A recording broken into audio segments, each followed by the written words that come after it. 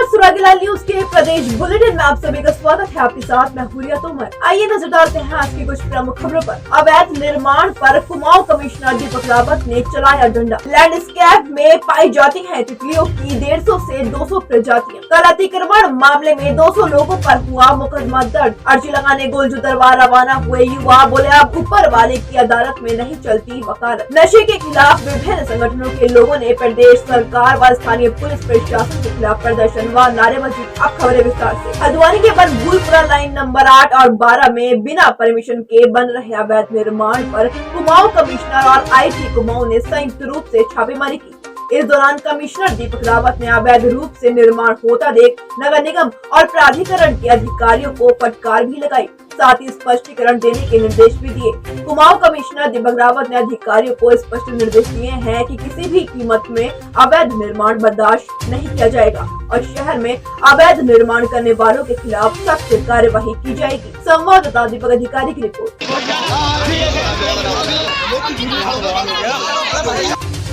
देखिए, बनभूलपुरा में line number 8 और 12 की ये शिकायत थी कि 2 बड़े व्यावसायिक भवन 4 मंजिला वहाँ पे बने हैं और यही नहीं, इसमें बेसमेंट में भी खुदाई हुई है और बेसमेंट में जो RBM है उसको बेचा गया है, उससे भी इनकम अर्जित की गई है और किसी तरह का कोई नक्शा भी पास नहीं हुआ है।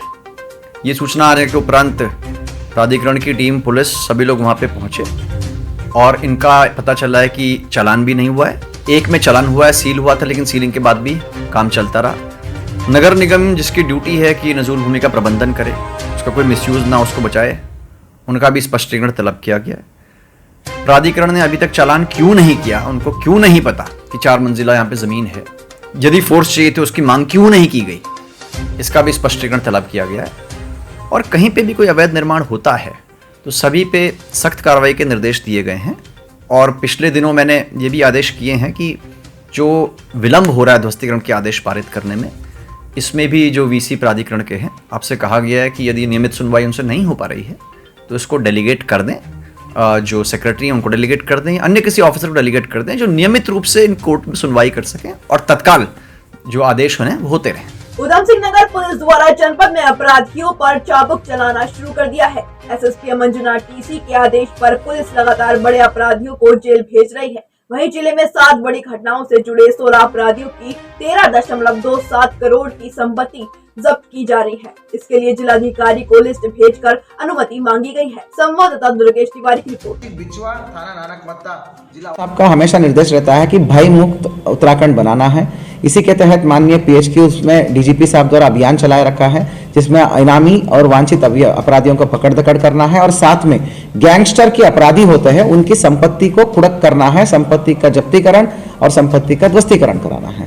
इसके तहत हम उत्तराखंड राज्य में हाईएस्ट कार्रवाई करे हैं। आज उधम सिंह नगर जिले में अब तक की हाईएस्ट कार्रवाई हुआ है पूरे प्रदेश का, जिसमें हमने 22 हमारे पास गैंगस्टर की विवेचनाएं थे, उसमें हमने काफी मतलब विचार विमर्श और बहुत लगातार OR लेने के बाद जो है हमने 10 को चिन्हित किया था। 10 अभियोगों में हमें 10 अभियोगों में हमें चिन्हीकरण करना है प्रॉपर्टी के लिए, क्योंकि वो बहुत हाई लेवल क्रिमिनल्स थे, लगातार अपराध करके उसी के थ्रू पैसा कमाना और उसको एक अपराध ही इनका पेशा बन गया था और उस अपराधों के जरिए भारी भरकम प्रॉपर्टीज बनाने की सूचना हमें थी। इन 10 अभियोगों में कुल मिला के अभी तक 7 अभियोगों की 16 अभियुक्तों के विरुद्ध जो है हमने विभिन्न प्रॉपर्टी हमने चिन्हीकृत कर लिया है।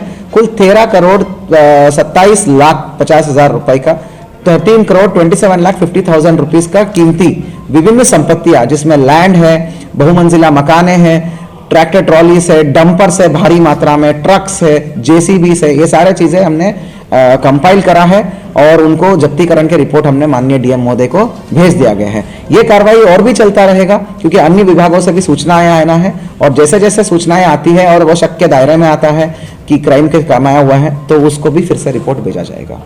अगर आप भी तितली प्रेमी हैं तो यह खबर आपके लिए ही है। कॉर्बेट लैंडस्केप में तितलियों की 150 से 200 प्रजातियां पाई जाती हैं। ऐसे में अगर आप तितली प्रेमी हैं तो आप कॉर्बेट पार्क जाइए, यहाँ पर आपको विभिन्न प्रकार की तितलियों के दीदार हो जाएंगे। तितली विशेषज्ञ संजय छिंबाल कहते हैं कि कॉर्बेट टाइगर रिजर्व बाघों के लिए तो विश्व विख्यात है, लेकिन यहाँ तितलियों की 150 से ज्यादा प्रजातियां पाई जाती हैं। संवाददाता कैलाश की रिपोर्ट। वो भी खत्म हो जाएगा। देखिए, कॉर्बेट टाइगर रिजर्व निश्चित रूप से बाघों के लिए जाना जाता है, लेकिन जब हम पारिस्थितिकी में जैव विविधता की बात करते हैं तो उसमें तितलियों का एक बहुत महत्वपूर्ण योगदान होता है। वो बहुत छोटे जीव जरूर हैं, लेकिन पारिस्थितिकी में उनका जो महत्वपूर्ण योगदान है वो बटरफ्लाई जो हैं, हनी बीज के बाद सबसे ज़्यादा पॉलिनेशन करने वाले जीवों में जाना जाता है। और रंग बिरंगी तितलियाँ हमारे जो पर्यावरण है उसकी अच्छे पर्यावरण की द्योतक हैं। और जहाँ तक बात है कॉर्बेट में, लगभग 150 से अधिक प्रजातियाँ यहाँ पर हमने अभी पिछले कुछ वर्षों में देखी हैं, जिसमें विभिन्न प्रकार की तितलियाँ मिलती हैं और ये लगभग साल भर मिलती हैं। हालांकि ये कीट हैं, कोल्ड ब्लडेड जानवर है ये, लेकिन पूरे सीज़न, चाहे जाड़ा हो, गर्मी हो, बरसात हो, उसमें इनका मिलना पाया जाता है। और इनके संरक्षण के लिए प्रयास जरूर किए जाने चाहिए। और बड़ी अच्छी बात है कि कॉर्बेट टाइगर रिजर्व द्वारा जो ढेला पर्यटन क्षेत्र है उसके पास में एक बटरफ्लाई पार्क का जो है निर्माण किया गया है। वहाँ पर 100 से अधिक ऐसी प्रजातियों के पौधे लगाए गए हैं जो कि बटरफ्लाई का लार्वा का हाउस प्लांट होता है। कॉर्बेट नेशनल पार्क ने दुनिया भर में अपनी पहचान टाइगर टूरिज्म के रूप में विकसित की है। कोई भी पर्यटक जब कॉर्बेट नेशनल पार्क आता है तो उसके दिमाग में टाइगर, एलिफेंट, लेपर्ड, इन एनिमल्स को देखने की उत्सुकता होती है और उम्मीद होती है। क्या आपको पता है किसी भी नेशनल पार्क का इकोसिस्टम खाली टाइगर, एलिफेंट, लेपर्ड पे ही केंद्रित नहीं होता है, बल्कि उसके अलावा वहां पे और छोटे वन्यजीव जैसे dears, spotted dears, otters, even birds, उससे भी छोटे अगर हम चले जाएं तो हनी बीज और बटरफ्लाईज के ऊपर भी डिपेंडेंट होती है।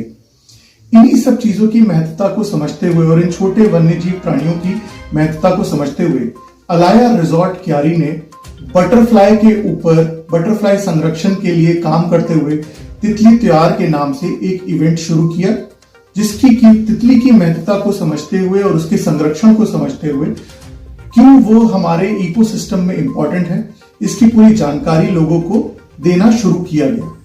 बहुत सारे कंजर्वेशनिस्ट ने आके इसमें बढ़ चढ़कर हिस्सा लिया और लोगों को जागरूक किया कि क्यों एक तितली भी हमारे इकोसिस्टम के लिए इंपॉर्टेंट हो सकती है। इससे पहले कॉर्बेट में कभी तितली के ऊपर किसी ने काम नहीं किया था। अलाया रिजॉर्ट क्यारी पहला ऐसा रिजॉर्ट था जिसने तितली को टाइगर के रूप में पेश किया। लोगों ने वहां पे कहना शुरू किया कि तितली तो टाइगर जितनी ही इंपॉर्टेंट है एक वन्य के लिए।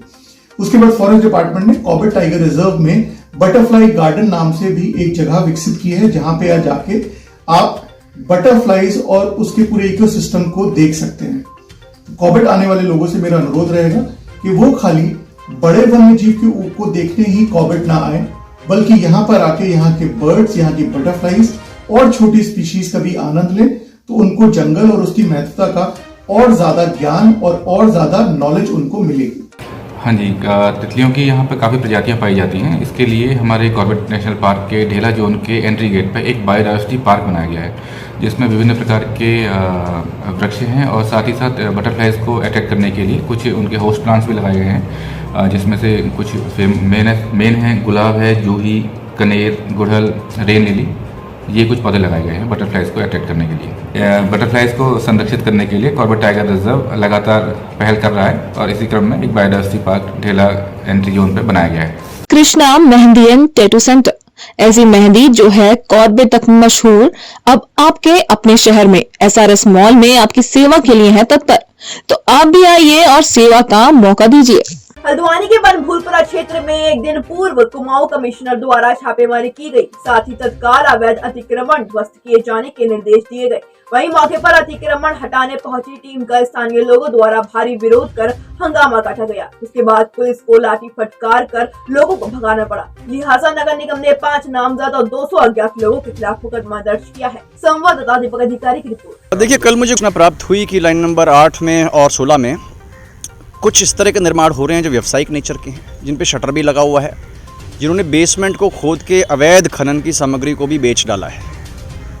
इसको देखते हुए तत्काल में और आईजी साहब मौके पे पहुंचे थे। पुलिस और इनकी प्राधिकरण और निगम की टीम भी थी। तो पहली बात तो ये, इसमें निगम की भूमिका और प्राधिकरण की भूमिका भी मुझे थोड़ा संदिग्ध लगी, क्योंकि 4 मंजिल की बिल्डिंग बन जाए और ये पता ही तब चले जब 4 मंजिल की बिल्डिंग हो, और वो भी किसी और माध्यम से पता चले, ये उचित नहीं है। क्योंकि पिछले लगातार 7-8 महीने से आप देख रहे हैं कि सरकारी ज़मीनों पर अतिक्रमण कहीं भी हो, इसको गंभीरता से लिया जा रहा है, और विशेषकर जब वो कमर्शियल नेचर का है तो और भी गंभीरता से लेना चाहिए। और जहाँ पे खनन की सामग्री भी चोर ली गई है तो मैटर सीरियस हो जाता है। तो इसमें एक तो प्राधिकरण और नगर निगम दोनों से मैंने स्पष्टीकरण मांगा है कि वो ये बताएं कि इसके लिए कौन जिम्मेदार है। आखिर अगर नजूल भूमि आपके प्रबंधन में है तो रोज़ उसका देखरेख करना और रखरखाव करना आप ही की जिम्मेदारी है। सिमिलरली अगर कोई अवैध निर्माण बनता है तो इसकी निगरानी हल्द्वानी इतना बड़ा नहीं है कि देखी ना जा सके, आराम से एक राउंड लेके देखा जा सकता है। दूसरा, क्योंकि मौके पर अवैध निर्माण है, इसमें वहाँ पे जिनका अवैध निर्माण है उनके द्वारा निवेदन किया गया कि हम इनको ढहा देंगे स्वयं। नॉर्मली प्राधिकरण का ये रहता है और ये SOP भी है कि यदि कोई कहता है कि स्वयं इसको ढहा देंगे तो उसको हम मौका एक बार देते हैं। और इसमें पुलिस को भी कहा गया है जिन्होंने भी वहाँ पे कोई अगर इल्लीगल एक्टिविटी कल की हो या पाया गया उसमें, उनके विरुद्ध भी सख्त कानूनी कार्रवाई की जाए। ये जो है कमिश्नर साहब और मुझे जो है ये जानकारी मिली थी कि बनफुलपुरा में जो है कुछ अवैध निर्माण जो है वो कराए जा रहे हैं और उसके आद में कुछ जो है अवैध खनन भी कराया जा रहा है। जो है तुम्हारे बेसमेंट है वहाँ पर जो बोल्डर्स वगैरह है वो भी वहाँ से खनन करके बेचे जा रहे हैं। तो उसके आधार पर जो है गोपनीय सूचना के आधार पर कल वहाँ पे रेड करी गई तो उसमें पाया गया कि जो है बिना अनुमति के जो है अवैध निर्माण की कार्रवाई वहाँ चल रही थी, बिना और बड़े स्तर पे हो रही थी। और वहाँ पर वो देखा गया कि बेसमेंट में जो है बोल्डर्स और जो रूबल्स है वो भी खोद के वहाँ से निकाले जा रहे हैं, जो कि एक काफ़ी जो है गंभीर मसला था क्योंकि वहाँ पे घनी आबादी है। तो कहीं जो है बिल्डिंग जो है बिना मानक के वो खतरा होके कहीं जनहानि भी हो सकती थी। तो उस आधार पे जो है तत्काल जो है उस पर कार्रवाई करने के निर्देश दिए गए। उस कार्रवाई की आड़ में जो है कई लोगों ने वहाँ थोड़ा अराजकता का माहौल किया तो उस पर जो है पुलिस ने तत्काल संज्ञान लेते हुए जो है उसमें मुकदमा दर्ज किया है गंभीर धाराओं में, जिसमें जो है चोरी, बलवा और जो है वो अन्य धाराएं भी उसमें सरकारी कार्य में बाधा, आपदा, कई धाराएं उसमें लगी है, जिसमें 200 के खिलाफ जो है अज्ञात लोगों के खिलाफ नामजद किया है। 3 लोगों के नाम इसमें सामने आए प्रकाश में, बाकी जो है CCTV फुटेज जो है पुलिस देख रही है कि जो है इसमें कौन लोग थे जो वहाँ अराजकता का माहौल कर रहे थे। और बाकी इस तरह की कोई भी अगर वहाँ अराजकता होगी इस पर बिल्कुल बर्दाश्त नहीं किया जाएगा और सख्त से सख्त कार्रवाई की जाएगी। राज्य में लगातार हो रहे पेपर लीक मामलों को लेकर उत्तराखंड युवा एकता मंच की ओर से मंगलवार को चलो गोलजू दरबार न्याय यात्रा निकाली गई। इस यात्रा के जरिए युवा घोड़ा खाल मंदिर पहुंच न्याय के देवता गोलजू के समक्ष अर्जी लगाकर न्याय की गुहार लगाएंगे। पेपर लीक और महिला उत्पीड़न के दोषियों को सजा देने तथा जोशीमठ बूढ़ा साहब में पीड़ितों के साथ न्याय करने के लिए गोलजू महाराज से प्रार्थना करते हुए अर्जी लगाई जाएगी। इस यात्रा में विभिन्न दलों के लोग सहित सैकड़ों युवा शामिल है। संवाददाता दीपक अधिकारी की रिपोर्ट।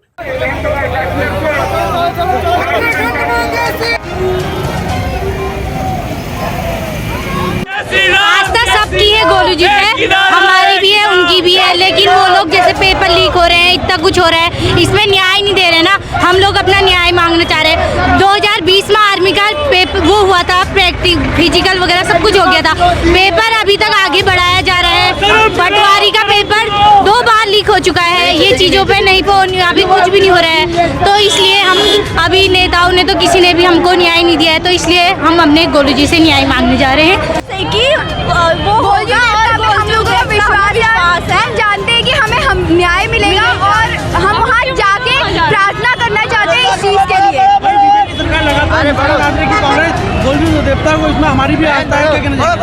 हमारी आस्था है, हमेशा रहेगी और हमें पता है कि वो हमें न्याय दिलाएंगे। देखिए जिस प्रकार से उत्तराखंड में आज पेपर पे पेपर लीक होते जा रहा है, जिस प्रकार से उत्तराखंड में महिला उत्पीड़न होता जा रहा है, हमारी बहन अंकिता भंडारी को भंडारी को अभी तक का न्याय नहीं मिल पाया है। उत्तराखंड की सरकार जो भी पेपर लीक प्रकरण हुए हैं उनकी सीबीआई जांच की मांग को लेकर, हमारी बहन अंकिता भंडारी को न्याय दिलाने की मांग को लेकर आज यहाँ पर प्रदेश का आक्रोशित युवा, प्रदेश का जागरूक इकट्ठा हुआ है और यहाँ से लेकर गोलजू मंदिर घोड़ाखाल तक का यात्रा निकालकर अपने लिए न्याय की मांग, अपने लिए न्याय के लिए यहाँ पर पदयात्रा निकालने के लिए एकत्रित हुआ। और हमारी मांग है गोलजू देवता से कि उत्तराखंड के प्रदेशवासियों को, उत्तराखंड के युवाओं को यहाँ पर न्याय मिले और जो अत्याचारी है, जो दुराचारी है, जिन्होंने पेपर लीक किया है और जो भी अंकिता भंडारी के दोषी है उनको सख्त सजा दी जाए। लगातार बेवकूफ़ बनाया जा रहा है, प्रदेश में युवाओं को ठगा जा रहा है, सारी भर्तियां लीक हो रही हैं, तमाम तरीके के झूठ का सामना प्रदेश के युवाओं को करना पड़ रहा है। सरकार लगातार भ्रमित करने का काम कर रही है और जब सरकार से, पूरे तंत्र से जब युवाओं का विश्वास उठ चुका है तो युवाओं ने फैसला लिया है कि गोलजू के दरबार में जाकर न्याय की गुहार लगाएंगे, क्योंकि अब गोलजू उन प्रदेश के युवाओं को, प्रदेश के बेरोजगार युवाओं को, जो हमारे एस्पिरेंट्स अलग अलग परीक्षाओं के, उन सबको लगता है कि अब गोलजू ही एक अंतिम दरवाजा रह गया है। है जो यहाँ के लोगों को, युवाओं के साथ न्याय कर सकते हो? हमारा सब लोगों का ये पैदल यात्रा में गोलचुकी मंदिर पे हाजिरी लगाने जा रहे हैं, क्योंकि सरकार हम लोग युवाओं के साथ नहीं दे रही है और रोजगार नहीं दे रही है। जहाँ भी रोजगार मिलता है या कोई भी पेपर होता है लीक कर दिया जाता है, स्कैम कर दिया जाता है। दूसरा, महिलाओं पर अत्याचार बढ़ता ही जा रहा है और अब महिलाओं के लिए रोजगार भी नहीं, सीट भी नहीं, आरक्षित सीटों का वो भी नहीं हो पा रहा है। इसलिए हम सब ये प्रार्थना करके जा रहे हैं कि गोलजू से हमारा निवेदन है कि यही कुछ कर सकते हैं बस हम। रामनगर आसपास के क्षेत्र में बढ़ रहे अवैध नशे के कारोबार के खिलाफ नशा नहीं रोजगार दो आयोजन समिति के तत्वाधान में विभिन्न संगठनों के लोगों ने तहसील परिसर पहुंचकर प्रदेश सरकार व स्थानीय पुलिस प्रशासन के खिलाफ जमकर नारेबाजी की और प्रदर्शन करते हुए एसडीएम गौरव चटवाल के माध्यम से मुख्यमंत्री, मुख्य सचिव और पुलिस महानिदेशक के नाम ज्ञापन सौंपा, जिसमें इस अवैध कारोबार पर तत्काल रोक लगाने की मांग की गई है। साथ ही इस पर रोक नहीं लगाई गई तो पुलिस के खिलाफ प्रदर्शन किया जाएगा। संवाददाता कैरस्वेल की रिपोर्ट।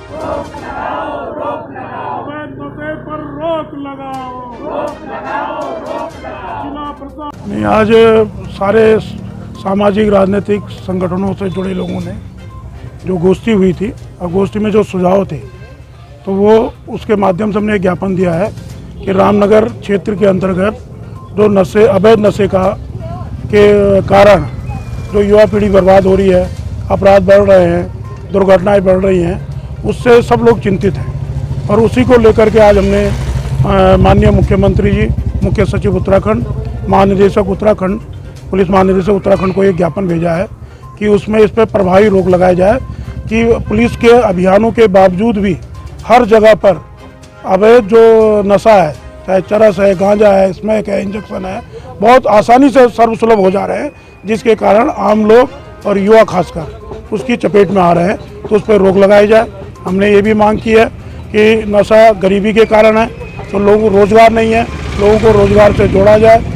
और जो है एक्साइज एक्ट, क्योंकि लोग पकड़ते हैं वो छूट जाते हैं, तो एक्साइज एक्ट में भी उसी तरह सख्त किया जाए जैसे नारकोटिक्स एक्ट है जो नॉन बेलेबल है। तो इन सब मांगों को लेकर के और हमने ये ज्ञापन दिया है। एसएसपी अल्मोड़ा ने जनपद के समस्त थाना प्रभारियों व साइबर सेल को साइबर ठगी के मामलों को गंभीरता से लेते हुए तत्काल आवश्यक कार्यवाही करने के निर्देश दिए थे, जिसके चलते ठगी का शिकार हुए 2 व्यक्तियों के खातों से 1,15,000 रुपए निकाल लिए गए, जिसकी सूचना पीड़ित व्यक्तियों द्वारा तत्काल अल्मोड़ा पुलिस को दी गई। तत्काल कार्यवाही करते हुए पुलिस द्वारा ठगों की गिरफ्तारी करते हुए रकम वापस पीड़ितों के खातों में लौटा दी गई है। वहीं मेहनत की कमाई वापस मिल जाने पर पीड़ितों द्वारा प्रत्यक्ष व वीडियो के माध्यम से एसएसपी अल्मोड़ा व साइबर सेल की त्वरित कार्यवाही की प्रशंसा करते हुए आभार व्यक्त किया गया। संवाददाता हेमंत सिंह धारा की रिपोर्ट। कहाँ हैं सब लोग? शाम की चाय तो एक साथ होनी चाहिए, सब लोग एक साथ बैठना ही नहीं चाहते। पापा, try this. लो, सब लपक लिए।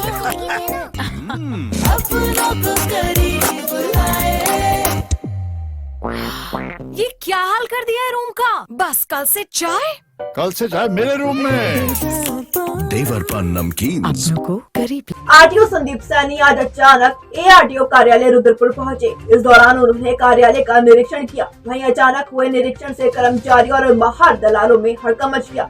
आरटीओ द्वारा सभी डेस्क में पहुंचकर कर्मचारियों से जानकारी ली गई। कार्यालय के बाहर निरीक्षण के दौरान उन्होंने एक कार से कई डीएल और वाहनों से संबंधित कागजात भी जब्त किए। संवाददाता दुर्गेश तिवारी की रिपोर्ट। से हमारे को कुछ लाइसेंस, कुछ और भी डॉक्यूमेंट्स मिले हैं, तो हम अपने एआरटीओ रुद्रपुर को जांच सौंप रहे हैं कि ये किन लोगों के हैं और वो कौन व्यक्ति है जो इस तरीके से बहुत सारे लोगों का आरसी और डीएल अपने साथ कब्जे में रखा हुआ है। तो इसमें जांच के बाद इसमें बताया जाएगा। एक तरफ जहां प्रदेश सरकार कितनी भी सख्ती कर ले, लेकिन फिर भी सरकारी कर्मचारी सरकार के आदेशों की खिल्लियां उड़ाते नजर आ रहे हैं। कुछ ऐसा ही नजारा जसपुर नगर पालिका का है, जहां एक कर्मचारी बीते काफी रोज से नगर पालिका से नदारद है। वहीं इस बात का संज्ञान जसपुर अधिशासी अधिकारी द्वारा लिया गया है। संवाददाता दीपक चौहान की रिपोर्ट। शिकायत बहुत ठीक ठाक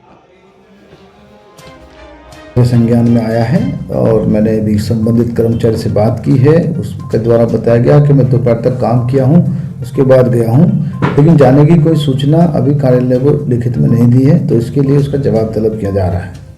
कोरोना काल के दौरान जहां दफ्तरों में अटेंडेंट मशीन बायोमेट्रिक मशीन लगी थी वो सभी हटवा दी गई थी कोरोना फैलने को देखते हुए, लेकिन अभी जो है मामले ऐसे आ रहे हैं तो दोबारा मशीन खरीदने की तैयारी की जा रही है। हल्द्वानी में अवैध निर्माण के खिलाफ नगर निगम और प्राधिकरण ने मोर्चा खोल दिया है। कुमाऊं कमिश्नर के छापे के बाद बड़ी संख्या में अवैध निर्माण होने की शिकायत पर आज नगर निगम और प्राधिकरण की टीम ने संयुक्त रूप से बनभूलपुरा क्षेत्र में ताबड़तोड़ छापेमारी में क्षेत्र के 7 बड़े भवनों को सील किया गया है। संवाददाता दीपक अधिकारी की रिपोर्ट।